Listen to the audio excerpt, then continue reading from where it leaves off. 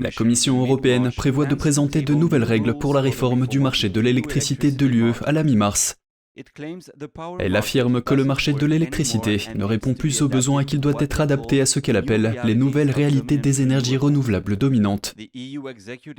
L'exécutif de l'UE vise également à permettre aux entreprises d'accéder plus rapidement au financement afin de faciliter l'accélération de la décarbonation de l'industrie.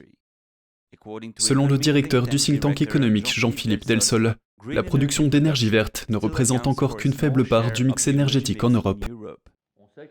On sait que l'énergie éolienne, par exemple, produit entre 20 et 30% du temps, et de manière aléatoire. On ne sait pas quand elle va produire.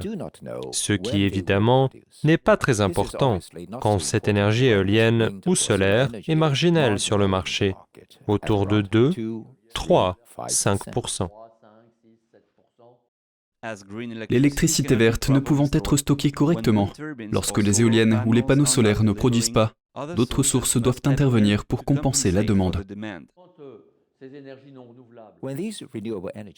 Quand ces énergies non renouvelables ne sont que marginales, pas de problème, sauf que toute la politique européenne a consisté à faire monter en puissance ces énergies renouvelables qui aujourd'hui, selon les pays, peuvent représenter 10, 15, 20, 25%, 30% de la fourniture électrique et 20 ou 30% de votre fourniture d'électricité est intermittente et aléatoire.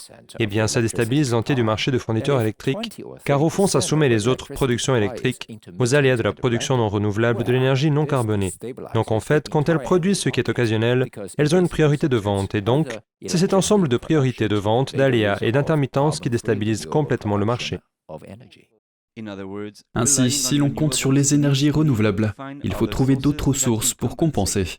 Selon Delsol, l'UE a décidé de privilégier la production d'électricité à partir de sources renouvelables par rapport à toute autre source, ce qui a contribué à perturber le marché et à le rendre instable. Alors, le vrai problème de l'Europe, c'est qu'elle est surtout soumise au diktat des écologistes. Les écologistes ont décrété qu'il fallait, à un terme relativement bref, avoir une énergie, des énergies entièrement décarbonées. En l'état actuel, les énergies entièrement décarbonées. Alors on peut considérer, moi je considère, que le nucléaire est la première source d'énergie vraiment décarbonée.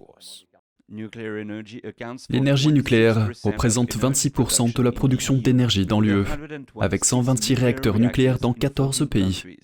Certains pays ont l'intention d'augmenter la part du nucléaire dans leur mix énergétique. Le président Emmanuel Macron a annoncé la construction de 6 nouveaux réacteurs. David Vives, NTD News, Paris.